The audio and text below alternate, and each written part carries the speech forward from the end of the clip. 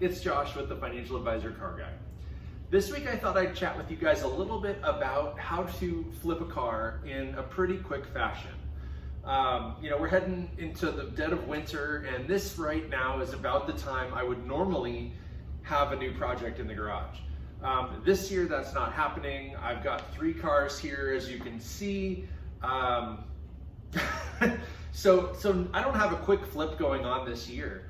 And I gotta tell you, I'm a little bit depressed about that. This time a year ago, I was trying to wrap up that 65 Mustang that I sold that got shipped over to France. And literally was in January finishing the car up, and it sold at the beginning of the year too. So, it was just one of those things where once that car left, there was a void, and I didn't have a project for a short time. And then this car came along, and then only a few short weeks later, this car came along. And this one's obviously not a project. This one is more of an investment grade driver. So I'm not spending really a whole lot of time, other than a few of the upgrades that you guys have seen that I've done the DIY videos for. The Mustang does still need his new transmission. So that was in episode 1 a year ago. I talked about this car needs a transmission, and then I need to take it to my paint guy, and he's gonna get the hardtop painted to match the rest of the car.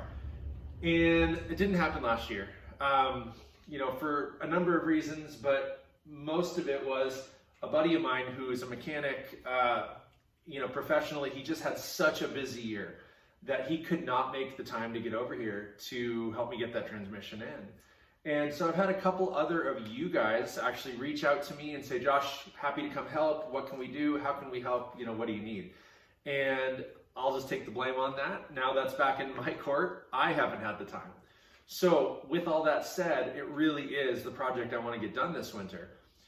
But I digress. I don't have a brand new car to my life that I'm going to strip down and build or cosmetically fix and sell and whatever.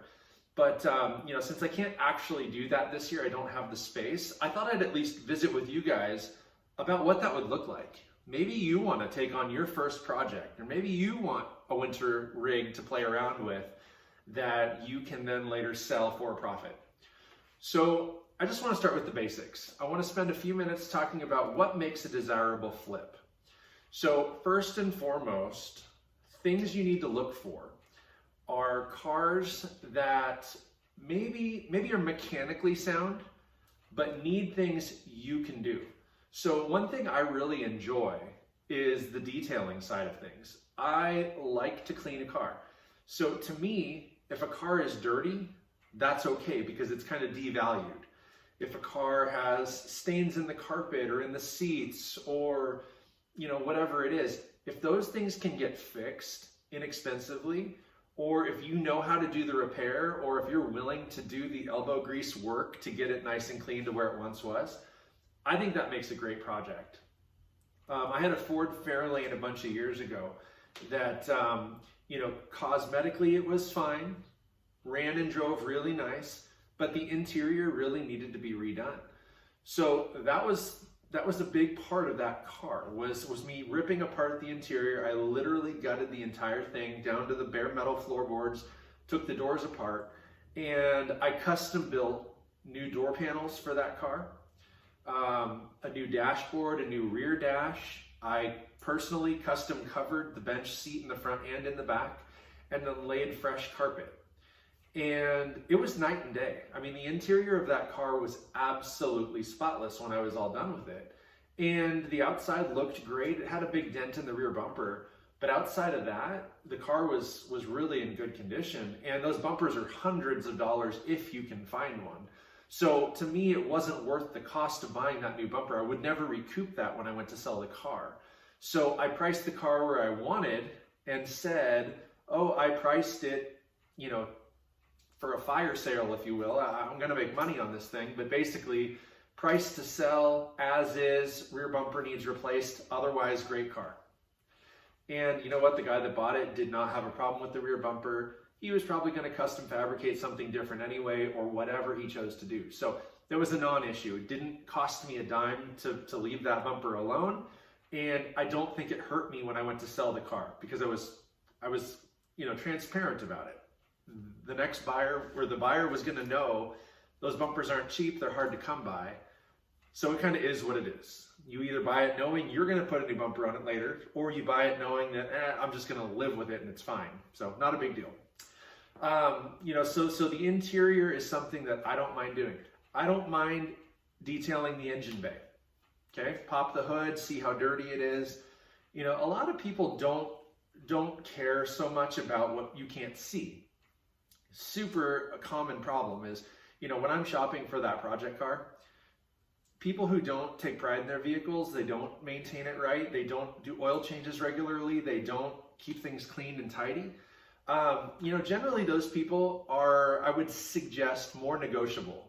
You can use that to your advantage. So say for example, this car here. When I went to see it, it was filthy. Inside, outside, just dirty. And, as you guys are aware, it has a reconstructed title. And, this car, Blue Books, at least when I bought it, it had 72-ish thousand miles on it.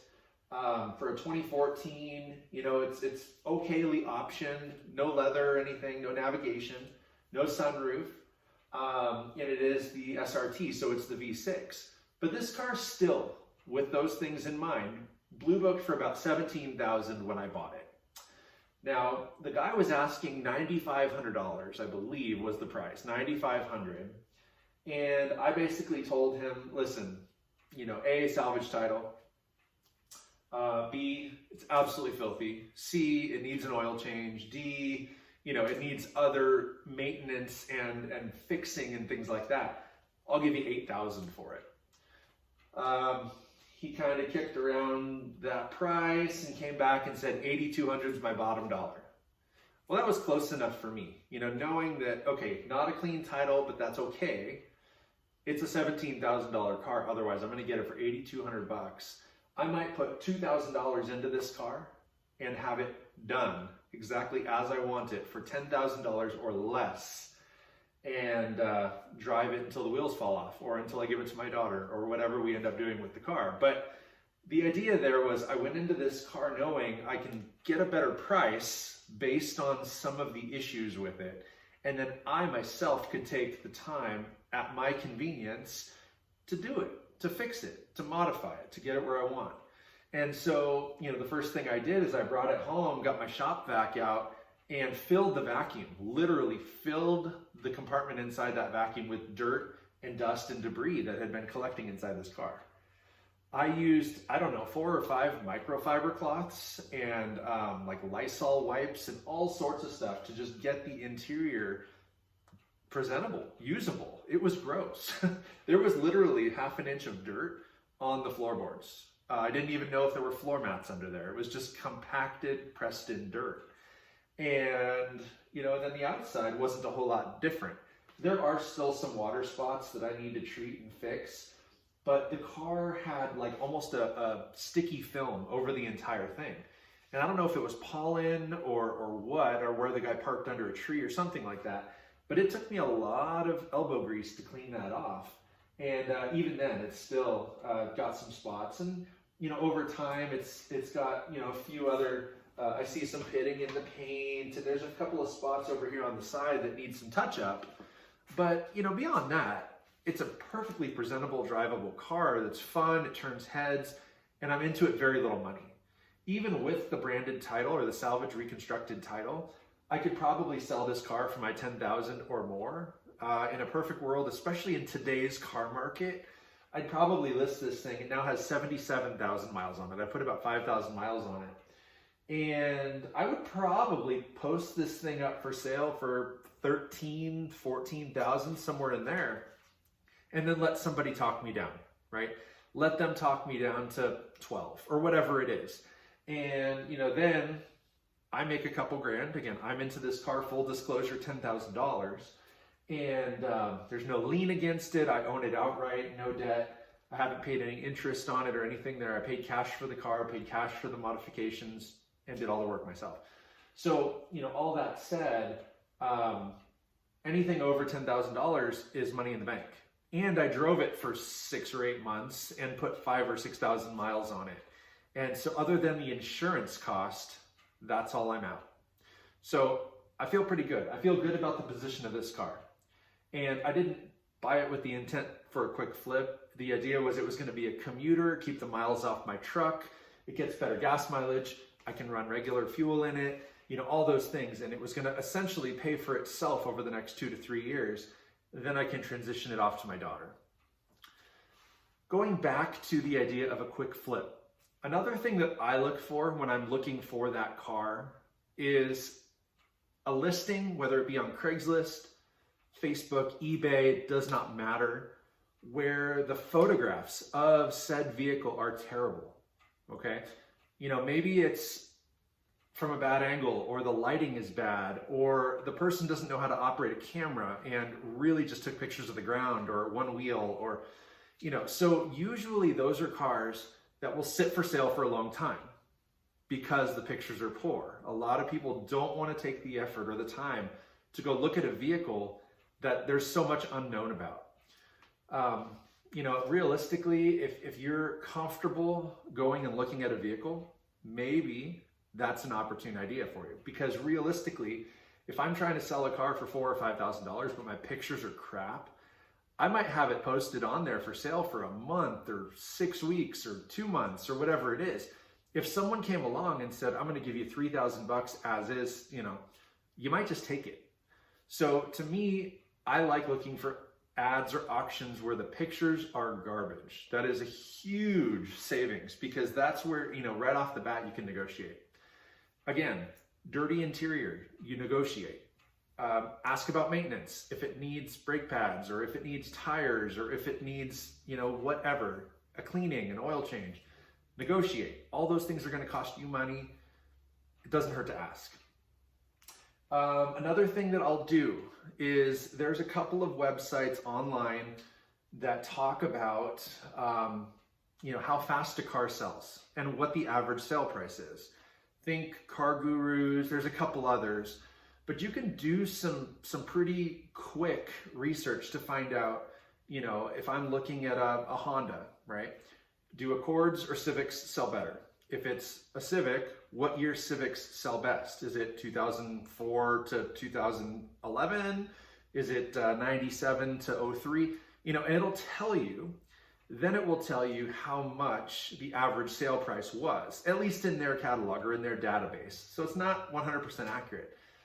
But if you can find a car that, say, sells all day for, $3,000, if you've got $1,000 or $1,500 to buy a project, I would go look for that car. And if you can find one that's less than $3,000, it's probably priced right. And you can buy it, you can even negotiate down a little bit, pay cash, clean it, do what you have to, and then flip it, because statistically speaking, you should get that $3,000.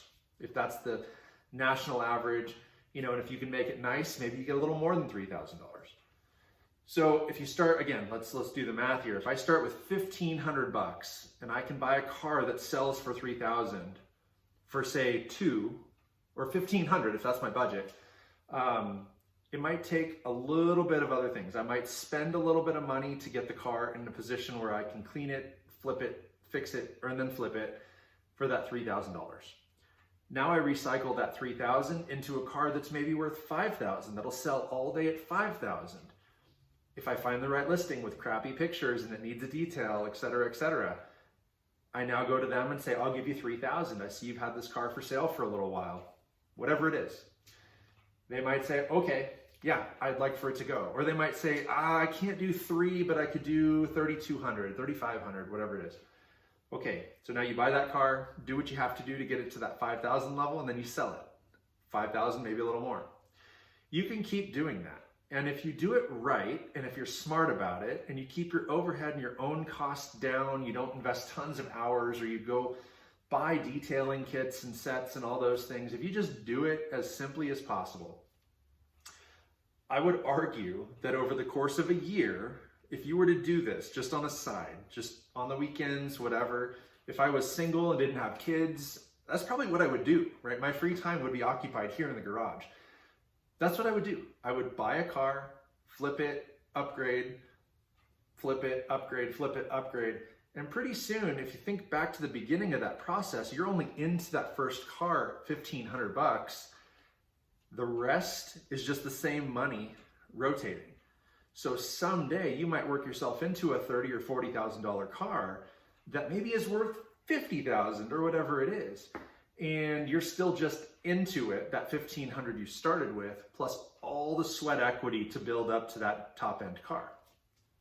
Now you can take that car, drive it, enjoy it if it's something you like. If it's not, you can sell it, cash out, walk away, put that 50 grand in the bank or whatever it is, put it in the bank. You could invest it, you could buy real estate, you could recycle some of that money and start over, and then, do it over and over and over. And there are people that do that. You can get a dealer's license if you start doing enough and, make a job out of it. You can literally do that full time.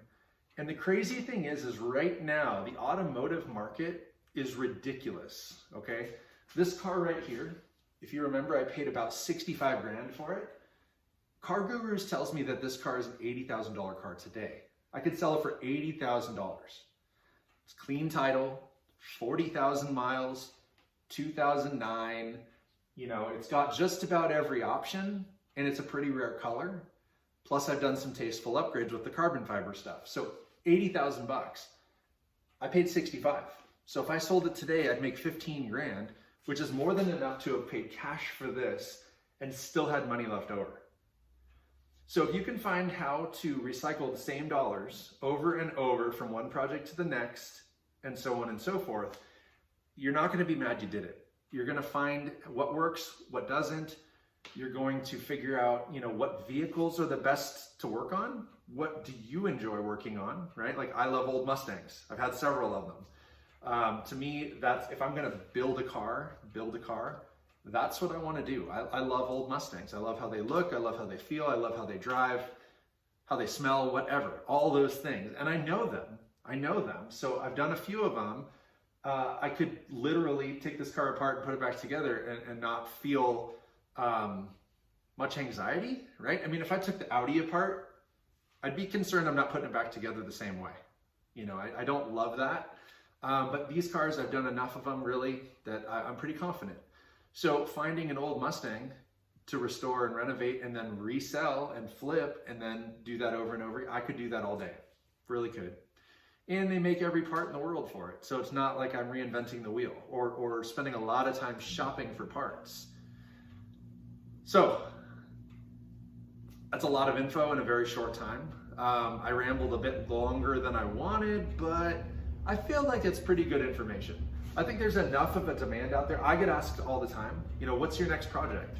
Or, how do I get into building cars? How do I get into flipping cars and making money on cars and working with cars to do these kind of things, that you talk about? I would suggest that was what prompted this video. But at the same time, again, there's kind of a hole in here for me because I don't have a current project. I want to get this thing done. I've got a little bit of tinkering to do on this thing, and then this thing I'm just going to enjoy. But outside of the garage, I drive my truck, and that's fine. The truck is a turnkey done vehicle. I don't worry too much about that thing. I don't have a project to mess around with on cold winter nights while my wife's working or while my kids are in bed or whatever. So, that's why I started this channel a year ago, was because I wanted to have an outlet where I could spend some time talking about things that I love and sharing some of the information that I've learned and collected over the years. And some things work and some things don't. And again, the more you do it and the more you're in it, the more you'll figure that out. And it's not going to be the same for you as it was for me and the next guy and the last guy and everybody in between. Everybody's circumstance is different. And, I would say that flipping a car is not rocket science. It's really not. If you can find the right car for the right price, do the right things to it, and then sell it for the right price to the right buyer, it's a win every time. And you've got a chance to enjoy something that maybe you wouldn't have otherwise. Yeah, I mean, there's a guy, I know a guy, I follow him on Instagram, Facebook, but he literally doesn't even own a car. I mean, he'll buy a project, build it, flip it, whatever. While he's working on it, he's just daily driving it. then he will sell it and literally find the next thing like that day or the next day. So he just goes from whatever the current project is to the next project to the next project. So he doesn't even have the overhead of other vehicles to keep running and paying insurance on and any of those things. And how that works, I don't know. I like the comfort of knowing that I'm gonna get up in the morning and drive this car or that car, to work. I don't wanna have to worry about where my next vehicle is coming from. I don't wanna have to buy something just to buy something.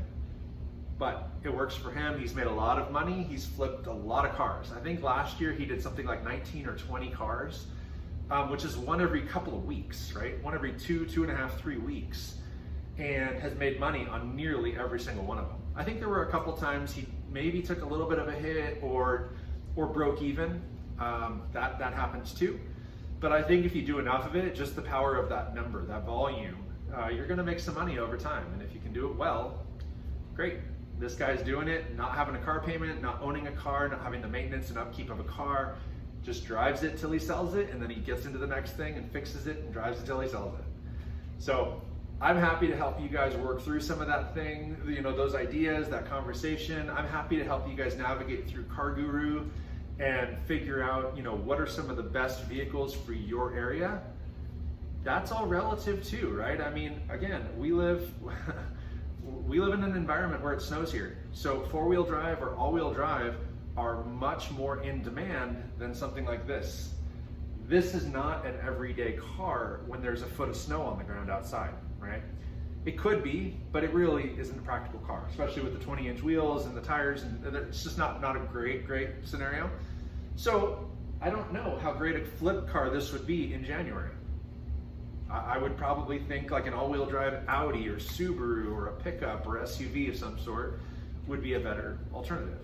So you'll figure out what makes sense in your environment where you live and just kind of work from there. But again, I'm happy to help you. I can walk you through some of the process. I can help you build your budget. I can help you shop for parts and really make whatever it is more desirable. Again, I have the experience. I've done it enough to know what works and what doesn't in a lot of cases.